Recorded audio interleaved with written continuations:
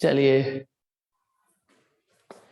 Start करते हैं। अब टॉपिक है हमारा Kepler's planetary law of motion. क्या बोल गया नहीं, डोंट कवर द जज बुक बाय कवर है, थोड़ी इंग्लिश ऐसी है मेरी। तो चलिए, Kepler's law of planetary motion, Kepler's laws of planetary motion. Planetary motion को थोड़ा और एक्यूरेसी से बताने वाले साइंटिस्ट थे केपलर। हालांकि हमारा हिंदुस्तान का विज्ञान बहुत आगे था, पर उनको वो क्रेडिट नहीं मिला। तो हमें नाम से केपलर से पढ़ना पड़ेगा, वरना हमारे आर्यभट्ट थे और ये थे जो बहुत सालों पहले ये बात बता चुके थे, लेकिन हमें किताबों के आधार पर केपलर के नाम से ही पढ़ना पड़ेगा। आज जो टॉपिक मैं पढ़ा रहा हूं, Kepler's laws of planetary motion, Kepler's laws of planetary motion.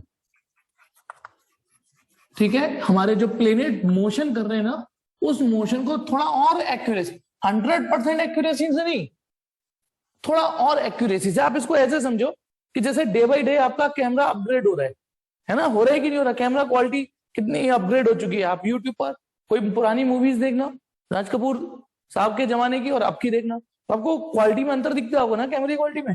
लेकिन आप ये भी जानते हो क्या आज के जमाने के जो कैमरे वो 100% परफेक्ट हो चुके हैं। अब इनमें कोई अपग्रेडेशन का ऑप्शन नहीं मौजूद है, नहीं, पता नहीं किस भगवान जाने फीचर क्या है। तो इन्होंने थोड़ा और एक्यूरेट किया, 100% ट्रू नहीं थे ये भी। अच्छा, जैसे आप थोड़ा एटॉमिक स्ट्रक्चर पर आते हैं।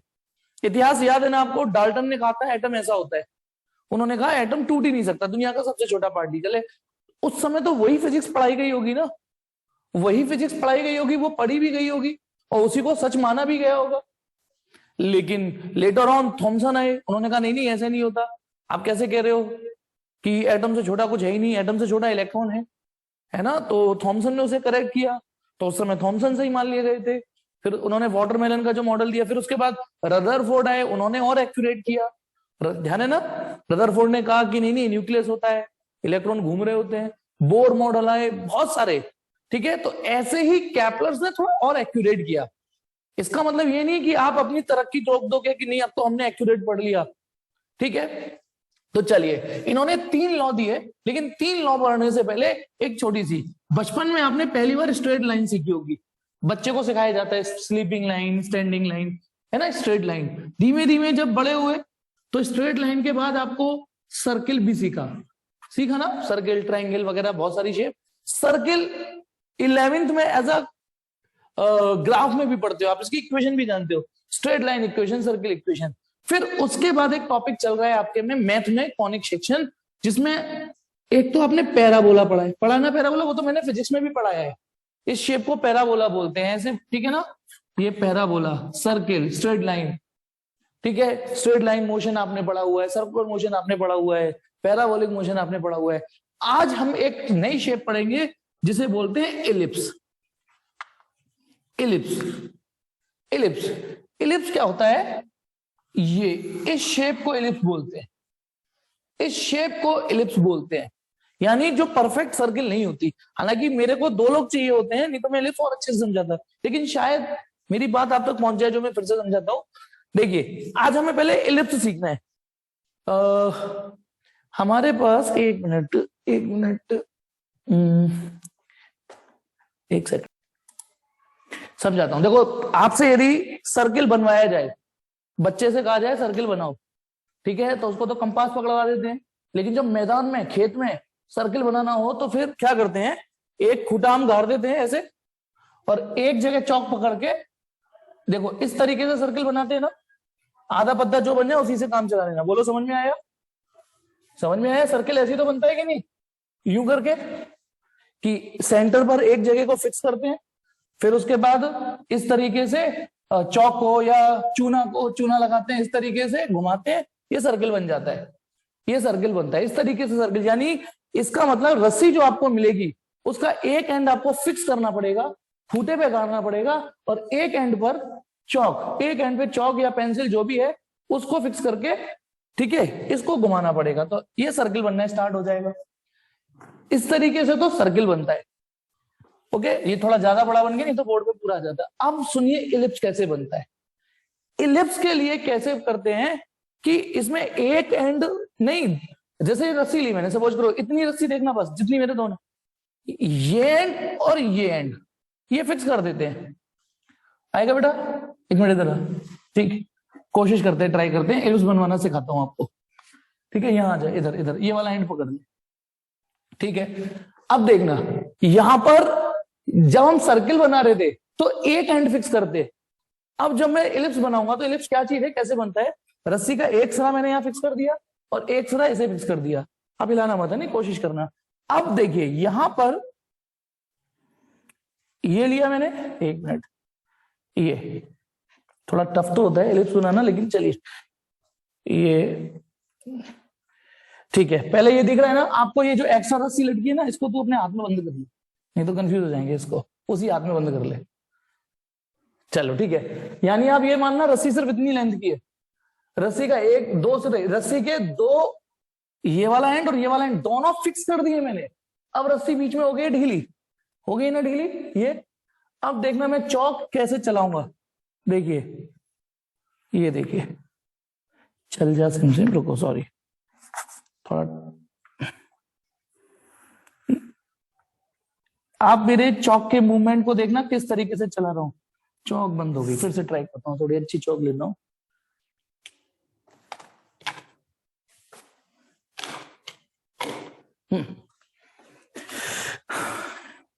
देखिए ये लेंगे हम रस्सी, इतना कर सकते हैं, इतना कर सकते हैं, इतना कर सकते हैं, यहां कर सकते हैं।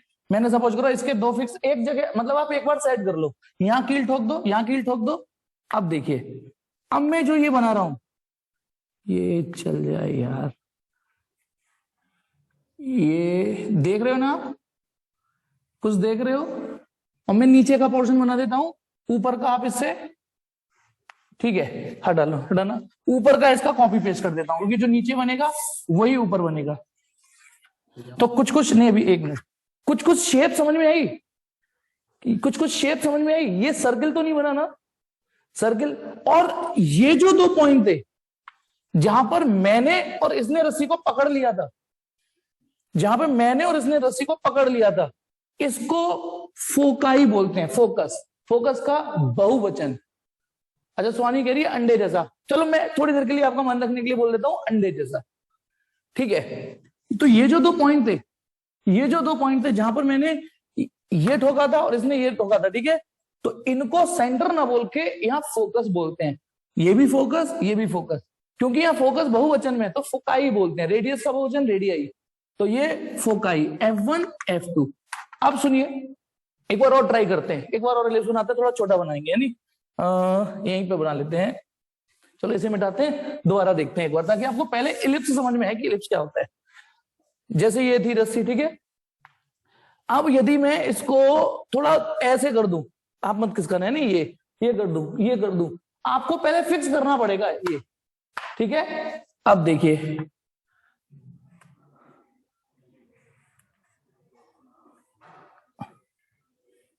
धागा एक्चुअली साथ चल रहा है ना, इसलिए थोड़ा धागे चौक मिटाता भी जा रहा है, जो मैं चला रहा हूं ना उसको मिटाता भी जा रहा है वो, लेकिन आप समझ जाओगे, धागे के साथ चलता जाएगा।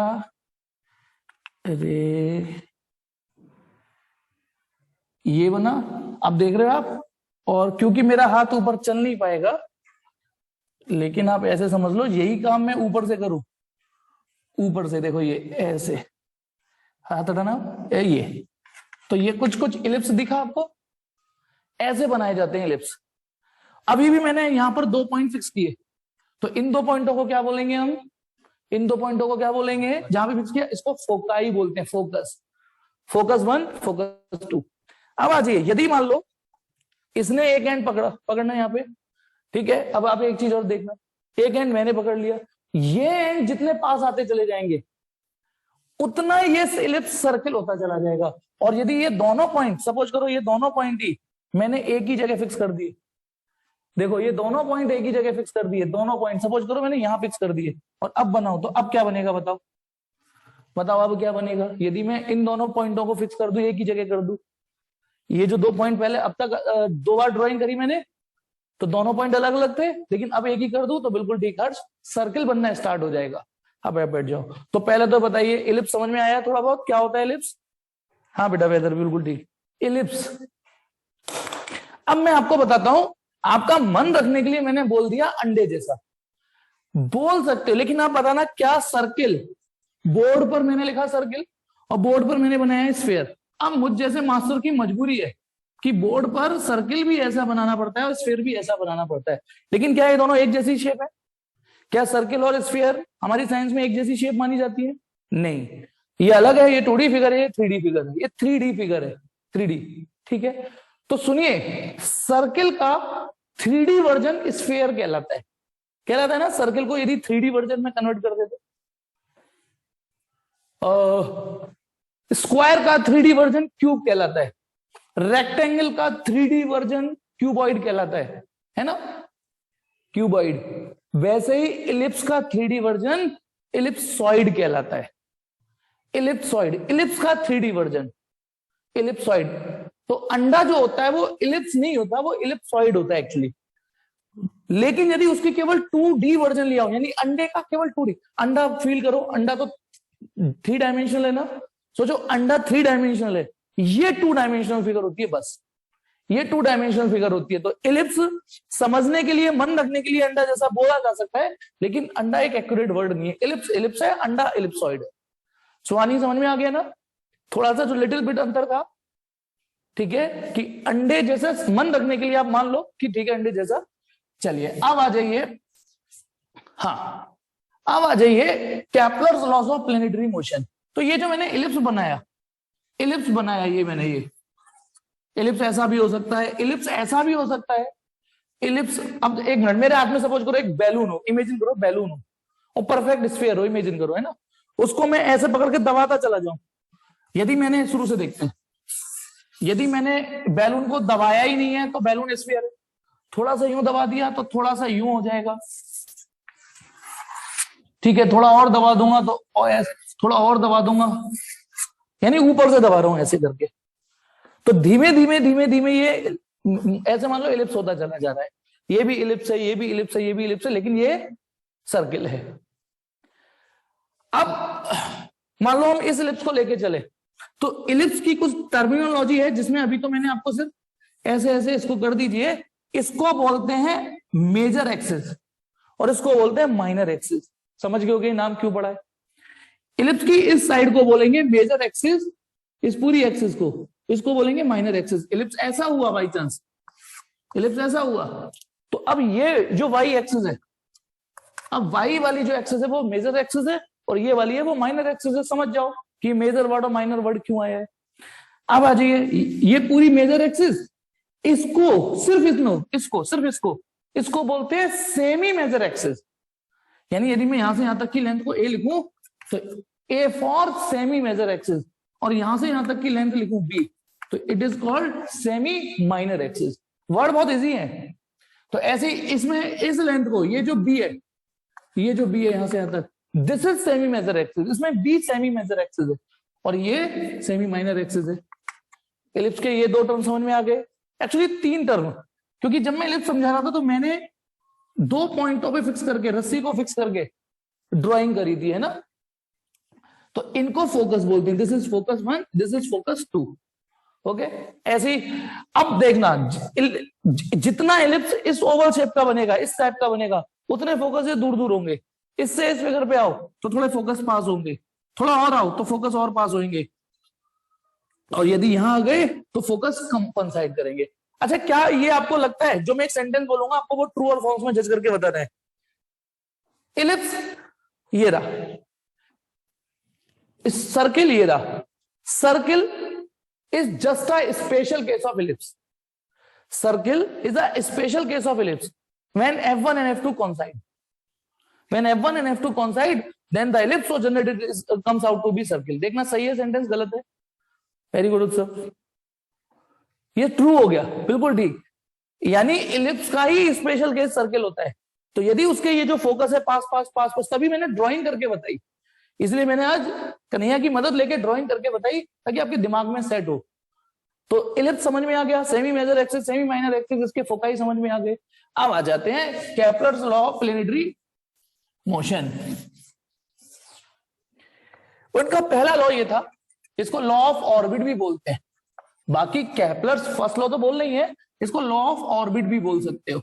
लॉ ऑफ ऑर्बिट ये कहता है कि हमारे ये जो सोलर सिस्टम है, इसमें जितने भी प्लेनेट घूम रहे हैं वो एग्जैक्ट सर्कुलर नहीं है, लिटिल बिट सर्कुलर से थोड़ा सा डिस्टर्ब, इलिप्टिकल ऑर्बिट में थोड़ा सा डिस्टर्ब। मतलब मैंने क्या बताया, बहुत मामूली सा इलिप्स है ये। हैवी, देखो ये तो बहुत हैवी इलिप्स हो गया ये, है ना।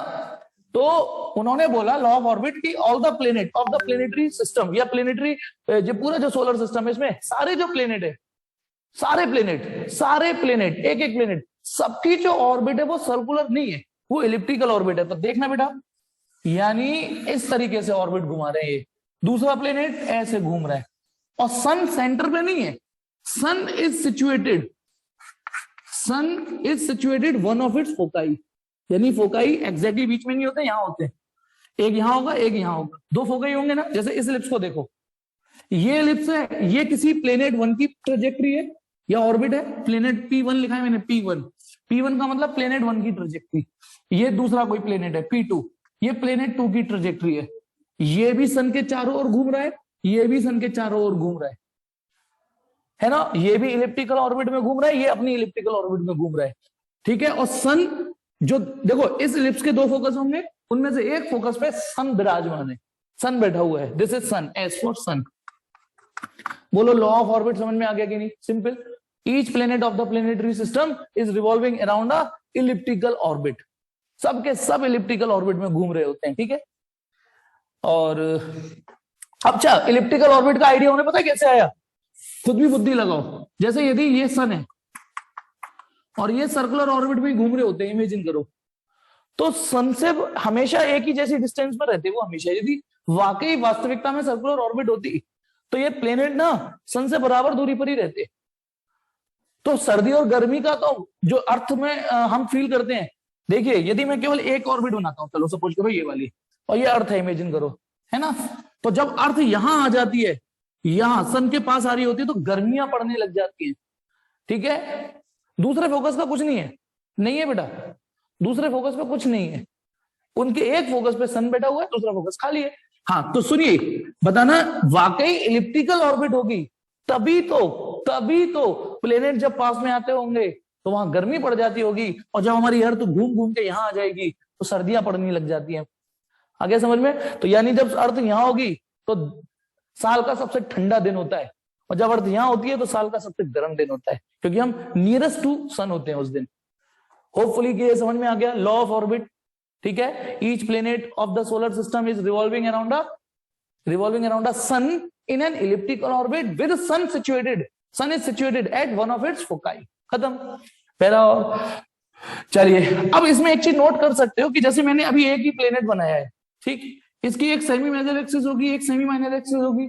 अब आप ये फील करना, उन्होंने एक रेशियो भी बताया था कि इसकी मैं सेमी माइनर एक्सिस की वैल्यू लू और अपॉन सेमी मेजर एक्सिस की वैल्यू लू, सेमी मेजर एक्सिस की, इनका रेशियो निकालू ना, तो ये रेशियो लगभग 0.9 आ रहा है। अब इस रेशियो से फील लेके आओ, यदि आपको फिजिक्स थोड़ा और अच्छे से समझना है, एंजॉय करनी है, तो इस रेशियो को फील करो। चलिए मैं फील कराता हूं। ये रेशियो 1 भी नहीं है और 1 के क्लोज भी है, 1 नहीं है।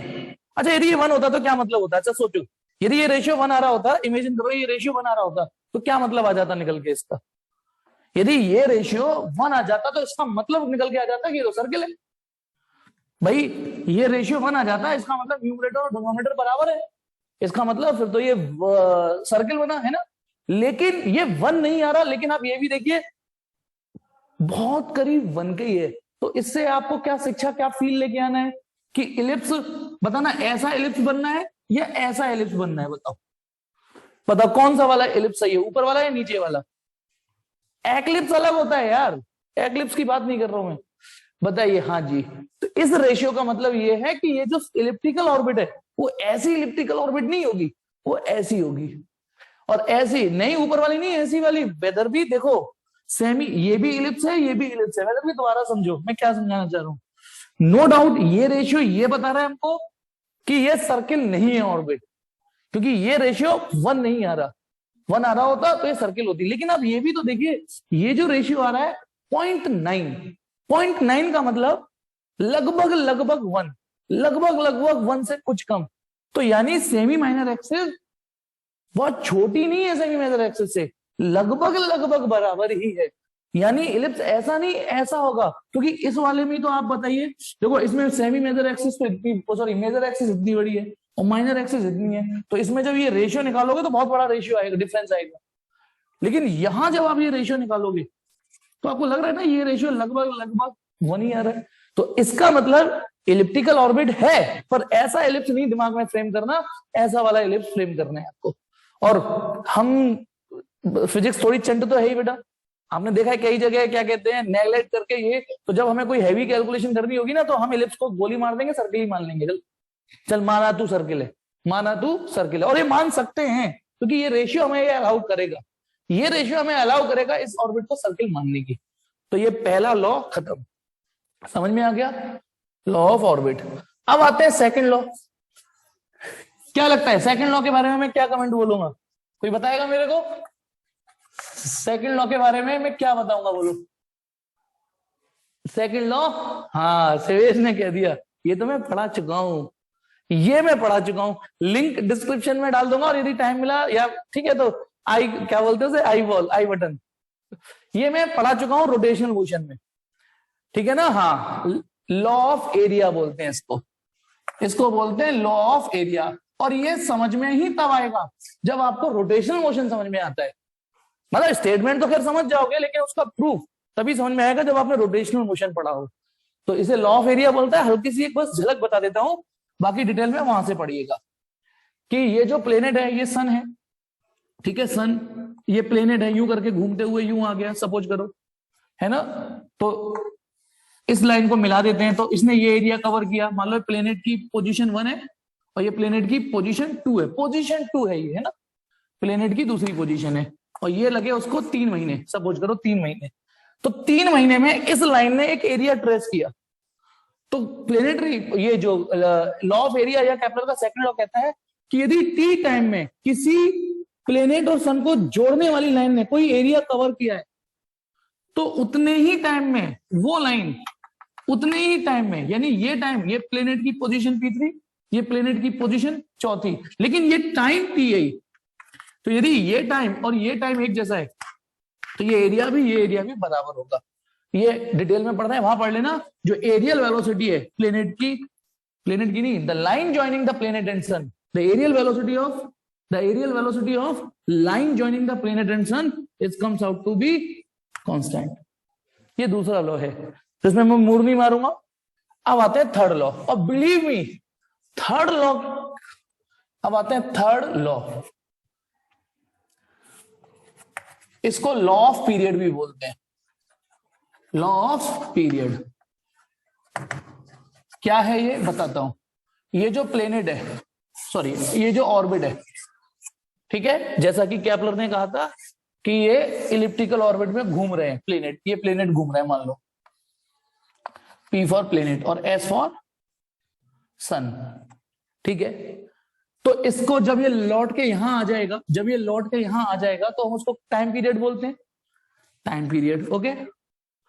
इसकी कोई सेमी मेजर एक्सिस, ये सेमी मेजर एक्सिस होगी, माना सेमी मेजर एक्सिस की वैल्यू है R। तो व्हाट इज T और व्हाट इज R हियर, इन दो टर्मों को एक बार फिर रिपीट कर रहा हूं।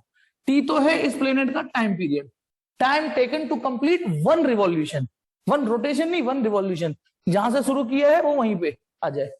जैसे अर्थ का टाइम पीरियड 365 दिन है, 365.1 लगभग 25 लगभग। तो this is the time period of any planet to complete 1 revolution. और what is R here, what is R here, अब सर्किल होता तो रेडियस बोलते थे, पर ये एलिप्स है तो क्या बोलेंगे हम यहाँ, सेमी मेजर एक्सिस। तो केपलर का थर्ड लॉ क्या कह रहा है, the square of time period is directly proportional to cube of semi major axis. ये है बस स्टेटमेंट, यानी एक तरफ T लिखिए एक तरफ R लिखिए। T टाइम पीरियड होना चाहिए और R सेमी मेजर एक्सिस होनी चाहिए, सेमी मेजर एक्सिस होनी चाहिए, ठीक है। तो केपलर का जो थर्ड लॉ कहता है the square of time period of revolution of any planet around the sun is found to be directly proportional to the cube of semi major axis of that planet. ठीक है, semi major axis of orbit ये। और कितने लोगों को ये feel आया है कि इससे मिलता जुलता कुछ पढ़ाया तो है मैंने? कितने लोगों को ये फील आ रहा है कि ये तो नहीं लेकिन इससे मिलता जुलता कुछ पढ़ाया है मैंने? पढ़ाया है, किसी को भी फील नहीं आया? क्योंकि पढ़ेंगे तभी तो। जब मैं आपको सैटेलाइट पढ़ा रहा था, याद करो, सैटेलाइट तो पढ़ाया है। सैटेलाइट जब पढ़ाया तो सैटेलाइट का, यदि सैटेलाइट की बात करूं तो सैटेलाइट का टाइम पीरियड का स्क्वायर सैटेलाइट की ऑर्बिट की रेडियस के क्यूब के ही प्रोपोर्शनल आया था। हाँ जी, तो एक बार रिवीजन हो जाएगा। चलिए इसको प्रूफ करने को भी आ जाता है, पहले प्रूफ करते हैं। ठीक है, सबसे पहले तो assuming orbit to be circular. पहली बात तो ये कि हम ये एज्यूम करेंगे। अच्छा, आटे में नमक के बराबर बदतमीजी चल जाती है। 9.8 ग्रेविटी को आप 10 ले लेते हो, तो ये जो इलिप्टिकल ऑर्बिट है उसको लगभग अप्रोक्सीमेटली क्या एज्यूम कर लिया मैंने? सर्किल। तो ये तो प्लेनेट है और ये सन है। ओके, यहाँ थोड़ी सी एजम्पशन से प्रूफ होगा बेटा, थोड़ा सा हमें मान सकता हूँ बदतमीजी लग रही होगी, पर ये प्रूफ ऐसे ही होगा कि assuming orbit to be circular. तो पता ना, प्लेनेट यदि घूम रहा है तो इसको सेंट्रीपिटल फोर्स चाहिए होगी, है ना? तो सेंट्रीपिटल फोर्स कौन दिला रहा है? ये जो ग्रेविटेशनल फोर्स है। ये पहली बार नहीं पढ़ रहे हम, ठीक है? तो ग्रेविटेशनल फोर्स, ये जो सन है जो प्लेनेट को अपनी ओर खींच रहा है। अच्छा, पता ना, सन प्लेनेट को ग्रेविटेशनल फोर्स लगा रहा है, तो खींच क्यों नहीं लेता? क्यों नहीं खींच लेता? खींच काज के छुट्टी करे। तो वो तो भला हो कि भगवान ने प्लेनेट को घुमा रखा है, तो उसके द्वारा खींची गई फोर्स किसमें खर्च हो जाती है? सेंट्रीपिटल फोर्स में कंज्यूम हो जाती है। तो चलिए, the centripetal force, the necessary centripetal force required for the revolution of the planet around the sun is provided by the gravitational force of sun। तो पता ना, सेंट्रीपिटल फोर्स का फॉर्मूला mv²/r। आपको डायरेक्ट याद हो तो m ω²r भी लिख सकते हो, आपको डायरेक्ट याद हो तो। पर हमें से कईयों को याद नहीं होगा ना, दोस्ती तो इससे हुई है हमारी ढंग से। तो सेंट्रीपिटल फोर्स का फॉर्मूला mv²/r। m किसका मास? प्लेनेट का। v इसकी ऑर्बिटल स्पीड। r ये वाली, ये कैपिटल r लिख देता हूं, सॉरी, आर ये वाली, ये जो आर है ना, ये कैपिटल आर। ठीक, ग्रेविटेशनल फोर्स जी m1 m2 अपॉन इनके बीच की डिस्टेंस का स्क्वायर, आर स्क्वायर बोलो। तो एक स्मॉल m कटा, बताओ किसका मास कट गया? प्लेनेट का मास कट गया। और जब हम सैटेलाइट पढ़ रहे थे तो सैटेलाइट का मास कट गया था। ध्यान रखिएगा, एक आर कट जाएगा तो यहाँ पे v² किसके बराबर आ गया? gm/r। ठीक है, अब आपको तो एक तरफ t एक तरफ r चाहिए, एक तरफ r आ चुका लेकिन एक तरफ t तो आया नहीं। तो बेटा v की जगह r ω लिख दूं, सोचो। अच्छा, मेरे दिमाग में क्या चल रहा है? मेरे दिमाग में चल रहा है मुझे t चाहिए। अब मेरे दिमाग में मैंने v को r ω लिखा और ओमेगा को 2π/t लिख दूंगा, इससे मेरा t आ जाएगा एक तरफ। अरे जब हमें प्रूफ करना होता है तो हमें पता तो है ना कि एक तरफ t चाहिए ही चाहिए हमें। तो मैंने v को लिखा r ω, RHS को नहीं छोड़ा, मतलब छेड़ा ही नहीं मैंने। अब r की जगह r, ओमेगा की जगह 2π/t और उस पर स्क्वायर। लो, अगली लाइन पे तो ऑलमोस्ट प्रूफ के करीब हो जाओगे। कितना आसान प्रूफ था। स्क्वायर करो इस पे तो r², इस पे स्क्वायर करो 4π² T² gm/r। तो बताइए t² किसके बराबर आ गया? यहां से t² सर ले जाओगे तो 4π² gm/r³। देखना यही, ठीक है? तो यहां से साफ साफ दिख रहा है कि यदि प्लेनेट ये ना घूम के ये वाला प्लेनेट घूम रहा हो, सपोज करो दूसरा प्लेनेट ले रहे हैं, मान लो हम इस प्लेनेट की बजाय इस प्लेनेट को डिस्कस करने लग जाए, तो क्या 4 चेंज होगा? नहीं। पाई चेंज होगा? नहीं। जी चेंज होगा? नहीं। एन चेंज होगा? किसका मास है ये प्लेनेट का मास नहीं है। प्लेनेट का तो कट गया, ये सन का मास है जिसके चारों ओर कोई घूम रहा है। तो जो इतना हिस्सा है वो क्या चीज है, सोचो।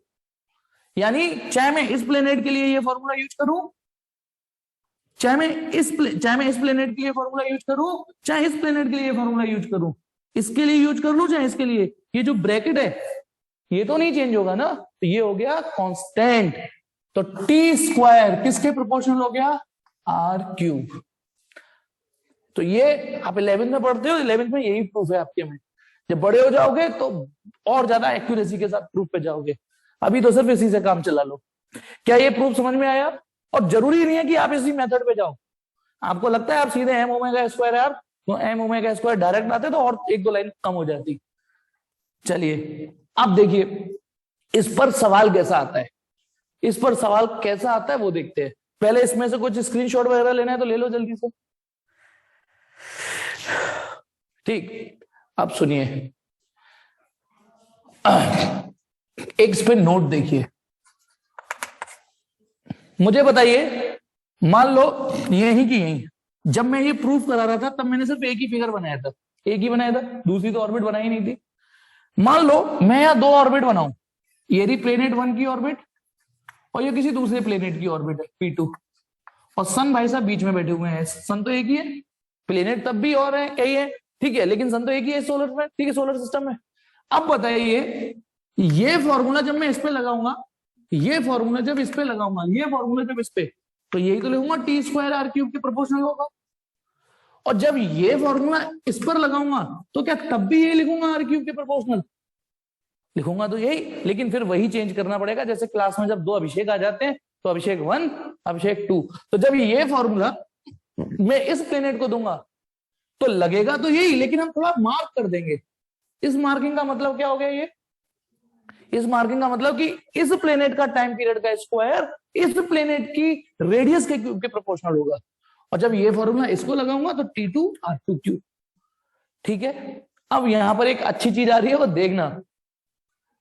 इसको मैं इससे डिवाइड कर रहा हूं, डिवाइडिंग।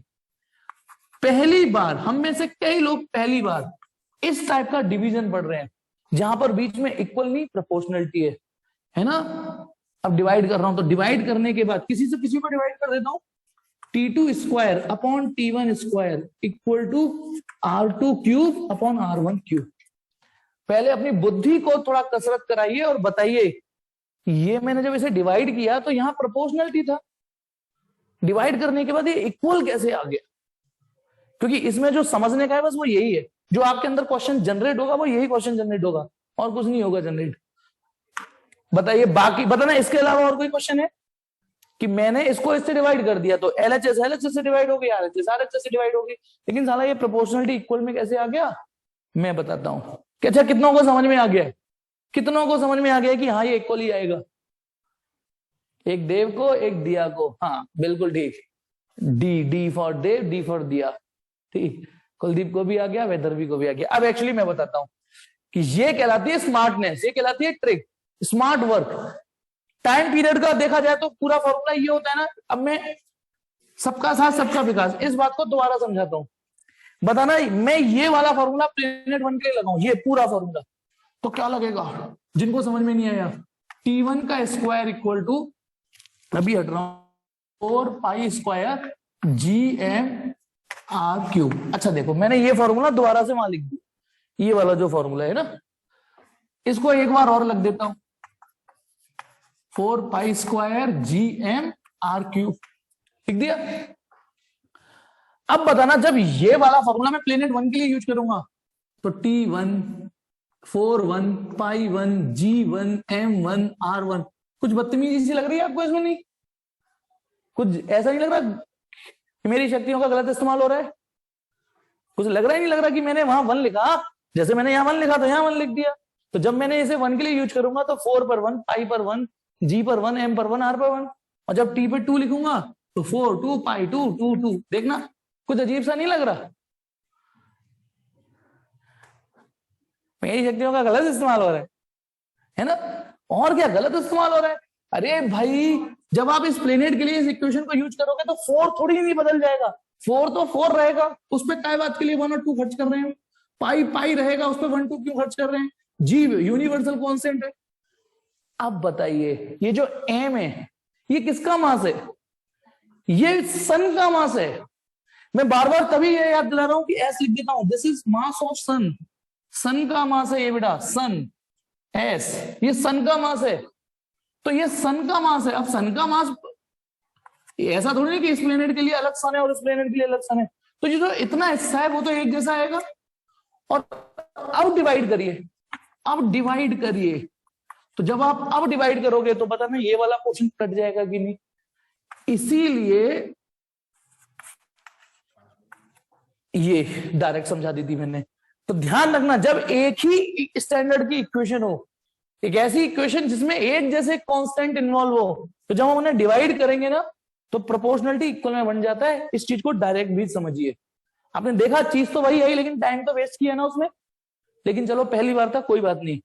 तो जब एक जैसी इक्वेशन होंगी तो ये कंजर बना नहीं फैलाना कि v i के प्रोपोर्शनल होता है और t स्क्वायर r क्यूब के प्रोपोर्शनल होता है। सर आप ही ने पढ़ाया ये भी, ओम्स लॉ, और डिवाइड कर दिया v upon T square equal to, sir आप ही ने बताया था कि प्रोपोर्शनलिटी वाली इक्वेशनों को डिवाइड करेंगे तो इक्वल बन जाता है। ये सही है गलत है? अब बताओ ये सही है गलत है?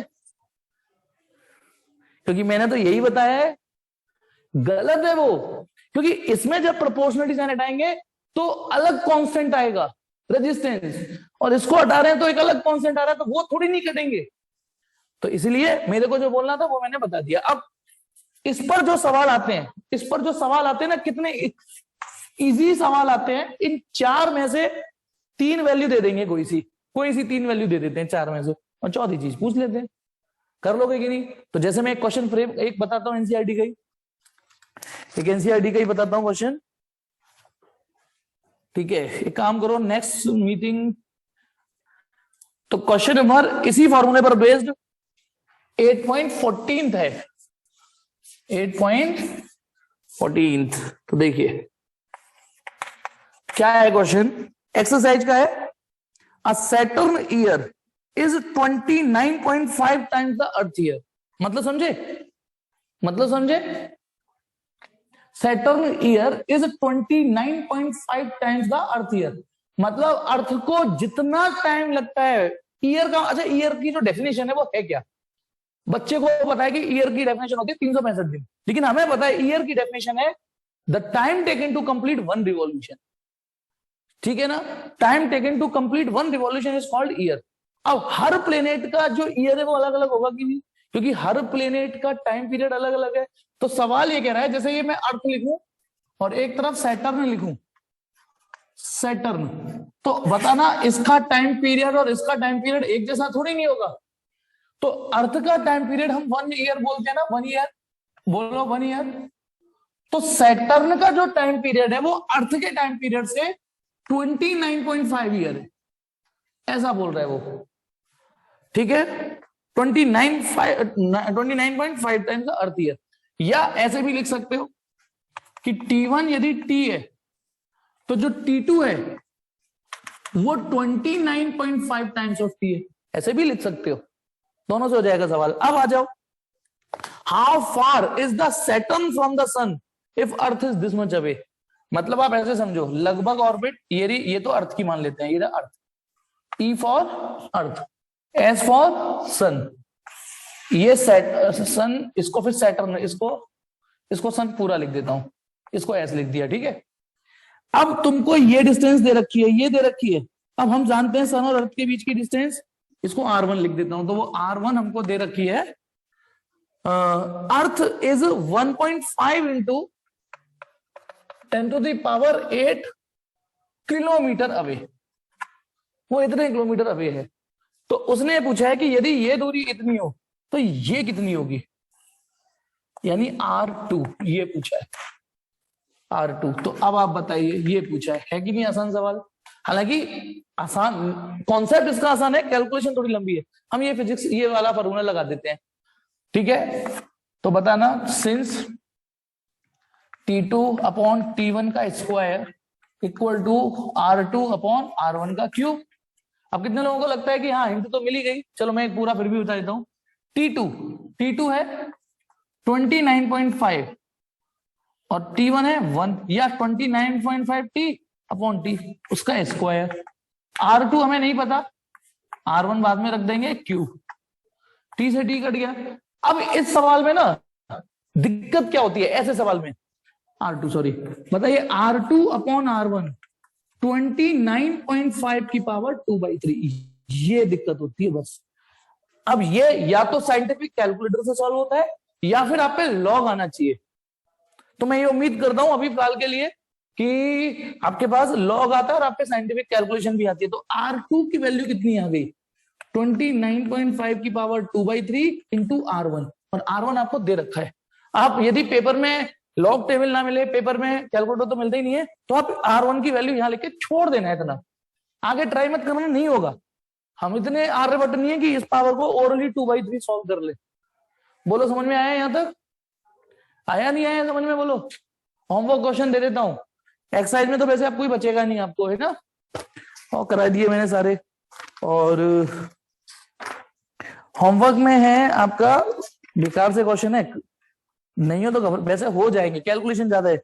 एग्जाम्पल है 8.5, 8.6, 8.7, 8.5, 8.6, 8.7, ठीक है। और 8.4 ट्राई करना। हाँ, यदि थोड़ा बहुत मलूक क्वेश्चन है, हाँ R1 दे रखा है बेटे, इस सवाल में R1 दे रखा है। मैं बताऊं, यदि मेरे मायने में यदि आपको थोड़ा मलूक सवाल है जो इसमें, वो एग्जाम्पल 8.4 है, वो 8.4 है जो थोड़ा बहुत ढंग का सवाल है। तो अगली क्लास में मैं ज्यादा से ज्यादा उसको डिस्कस करूंगा।